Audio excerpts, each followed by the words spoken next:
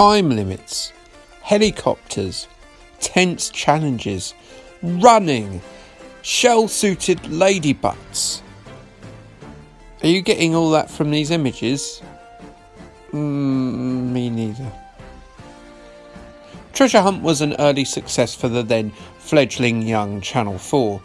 Appearing on old Channel Quattro from December 1982 to May 1989, Treasure Hunt was based on French show La Chasse au Trésor. I can't speak French, sorry. The idea was that two bloody members of the public were invited to stand in this room that, if you drop the brightness by quite a lot, would look like a rendered puzzle room from an early Resident Evil. These two bozos would win cash prizes for each clue they solved, and each clue was based on a geographic location, which the lady in a helicopter would have to go and find. They're given an hour, the lady is given a helicopter and a blank stare as she waited instruction from the plebs in the studio. Reach the 5 clues and they win loads of cash, or the 80s equivalent of loads of cash, which was probably like 50p, I don't know. Who understands inflation? Not me. As a show, it worked out pretty well, sort of like Top Gear Special, but crossed with an episode of 24. The contestants were given access to a map of the area and local things.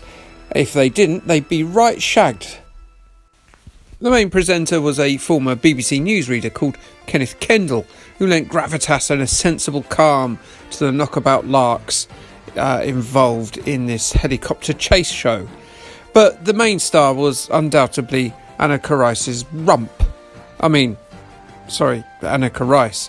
Anneke Rice was a blonde Welsh lady who I just assumed was Swedish because she was blonde and her name sounded a bit funny and Swedishy. Anneke. Rice was the breakout star of the show, and she would go on a little bit later and have another show called Challenge Anneke, which involved getting things done in a helicopter to a tight time limit. Typecast. Anneke had left Treasure Hunt to have a baby in 1988, as babies, as we're all aware, hate helicopters. Go on, think about that. How many babies have you ever seen pilot a helicopter? None, because they hate them. Anyway, she was replaced by Annabel Croft, who apparently played tennis at some point and whose presence promptly killed the show in one series.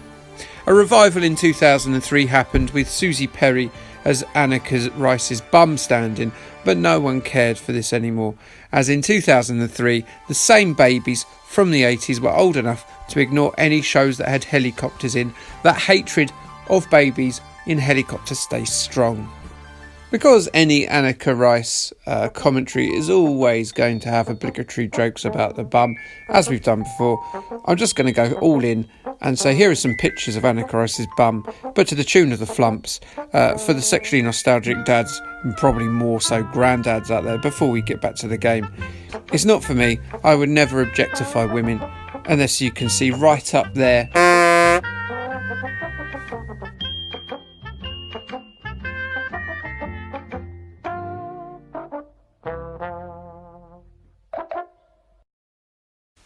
Treasure Hunt was published by, Maxon Software, the company responsible for EastEnders.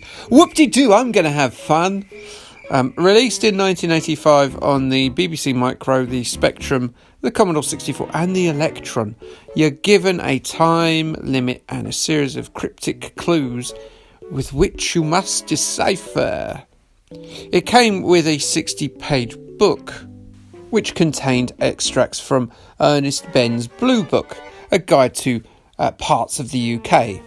And this is used to help you find the clues to 4 separate hunts that are included in the game. There are hunts in Anglesey, South Devon, Fife and Greater London. Now, you think, seeing as how I'm emulating the programme, I'd be a bit stuffed without Ernest Benn's Blue Book. But I have something a little bit better. The internet! Screw you 85 losers with your books, nerds. I have infinite information power, and I can even order this giant inflatable Spider-Man from, AliExpress. Can you do that with your dumb Georgian History of Eastern Sussex hardback? Can you fudge? This is going to be simple, isn't it? Good, it's not. I mean, it looks simple. Most of the time you'll be staring at this navy screen. I think it's supposed to be the helicopter cockpit view, but it could be a building or something. I don't really know. A press of Shift and Z and you can see where your helicopter is on the map, but it's represented in glorious Maxino Crapovision. However, at least this breaks up the monotony of just staring at the screen. It looks, apart from the ticking timer there, that I've just got a photo up. It's not. It's the most frustratingly dull game to look at. Never before has a graphics producer stolen a living as much as those employed by Maxon Software. In terms of looks, it's way more the dark recesses of the inside rather than the outside of Annika's bum. There's another Annika's bum reference. How does it play? Slowly, but that's no bad thing really. It is, after all, trying to replicate the real-time nature of the TV show. You can't just travel from Charing Cross to Wembley in a millisecond, even with a helicopter. And this time gives you time to look into your clues to see what it is in that location which you need to find. As a game, it sort of works, but as a recreation of the show, yes, it does work. And I think it needs that weird pace about it, or it wouldn't work at all. So the first problem you have is with the controls, because it's essentially an airborne text adventure, and you have to instruct your helicopter pilot on where to go. You can command the pilot to take off, land, circle, hover, go in any of 8 compass directions, or you can just be more direct and give him the location. Without even saying please, though. You can say, City of London or Vauxhall, say. The first clue led me to Lloyd's in central London, which has a black statue outside and a lutine bell inside. As you can see, the clue is quite cryptic. Anyway, job done. The next one confused me a bit. Who the fiddlesticks is King Harry? Does anyone know?